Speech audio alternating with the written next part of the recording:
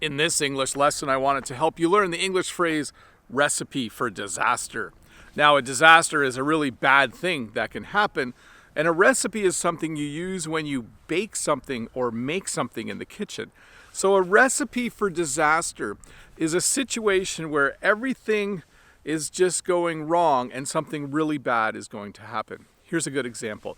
Let's say you have a really old car, and that car has tires that needed to be replaced a long time ago, and the car also is not very good mechanically. We would say that's a recipe for disaster. Because the tires aren't good and the car is just not in good shape, there's a really good chance that you're going to go in the ditch or have an accident. So a recipe for disaster is a situation where a few things make it so that you just know something bad is going to happen. The second phrase I want to teach you today is the phrase disaster strikes. When you say in English that disaster strikes, it's the point when something bad really happens to you. You could say I was driving down the road and then I was worried because the tires were bad that disaster might strike. So again, when disaster strikes, it's when something really bad happens.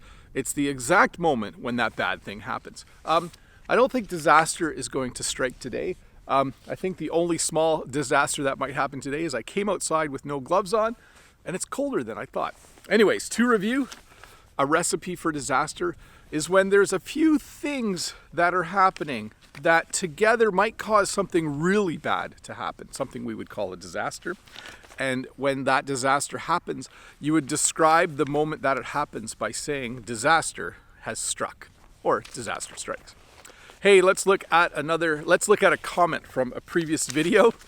Sorry, I got distracted because a car was pulling into my driveway, but they're turning around now. I don't know if you can see them way over there, and they're going in a different direction. I think they were just using my driveway to turn around. Now my camera's a little bit off kilter. There we go. Let's look at a comment from a previous video. This is from Roberto, and Roberto says, "If you hire me and let me be your sidekick, I promise I will bring something good to the table and I will pull my weight. I am no slacker." And my response was, "I'm glad to hear you aren't a slacker. Slackers definitely don't pull their weight." So Roberto's using a couple phrases there. The phrase to bring something to the table and the phrase to pull my weight. And then he uses a word that some of you maybe don't know, and that word is slacker. In English, if you call someone a slacker, that you are saying that they are lazy. You are saying that they aren't pulling their weight, if you want to use the phrase from the other day as well. Slackers are not enjoyable people to work with. When you work with a slacker, you're often frustrated because you're working really hard and the person who is a slacker is not working very hard at all.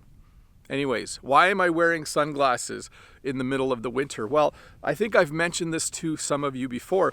When you have a lot of snow on the ground and when the sun is shining, it's very, very bright outside.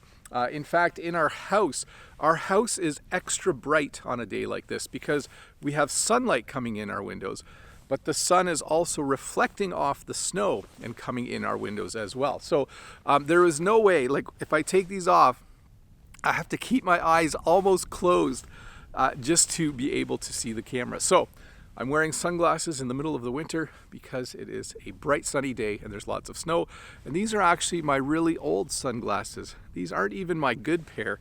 I lost my good pair and I can't find them back. I'll have to look for them later today. Anyways, I'll see you tomorrow with another short English lesson.